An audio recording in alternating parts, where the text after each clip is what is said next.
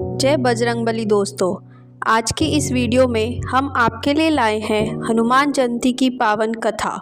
Welcome to my channel. Please watch this video till end end subscribe it. बली दोस्तों, त्रेता युग की बात है। अयोध्या नरेश राजा दशरथ अपनी तीनों रानियों के साथ सुखपूर्वक राज्य करते थे, परंतु उन्हें एक बहुत बड़ा दुख था कि उन्हें कोई संतान नहीं थी। प्राप्ति के लिए महाराज दशरथ ने पुत्र श्रेष्ठी यज्ञ किया।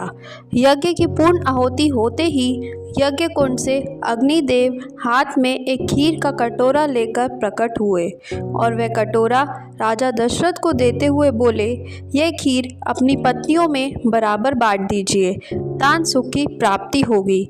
ऐसा कहकर अग्निदेव अंतर्ध्यान हो गए।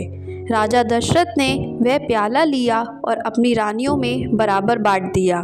माता कौशल्या और सुमित्रा ने तो वह खीर ग्रहण कर ली, परंतु जैसे ही रानी कैकेयी खीर ग्रहण करने लगी, वैसे ही वहाँ एक चील उड़ती हुई आई और खीर का कुछ अंश झपट कर अपने मुंह में लिए वहाँ से उड़ गई और चील उस स्थान पर पहुंची जहाँ माता अंजनी और वानरराज केसरी पुत्र प्राप्ति के लिए महादेव की तपस्या कर रहे थे। जब वह चील वहाँ से गुजर रही थी तो उसके मुंह में भरी खीर माता अंजनी के हथेली पर आ गिरी। माता अंजनी की तपस्या भंग हो गई और उन्होंने वानरराज केसरी को सारी बात बताई। वानरराज केसरी ने उनसे कहा, हो सकता है कि यह भोलेनाथ का ही प्रसाद हो, आप इसे ग्रहण कीजिए। राज केसरी के कहे अनुसार माता अंजनी ने वो खीर ग्रहण करी और इसके फलस्वरूप कुछ ही समय में माता अंजनी गर्भवती हो गई। एक दिन माता अंजनी पर्वत के शिखर पर खड़ी खूबसूरती निहार रही थी। तभी वहाँ तेज हवाएं चलने लगी और उनके वस्त्र उड़ने लगे।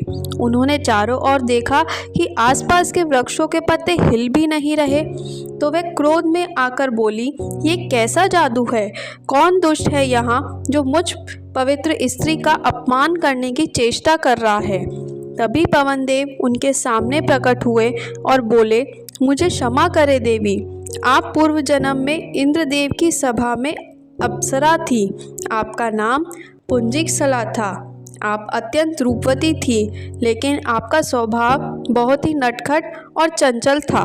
एक समय किसी वन में एक ऋषि तपस्या कर रहे थे।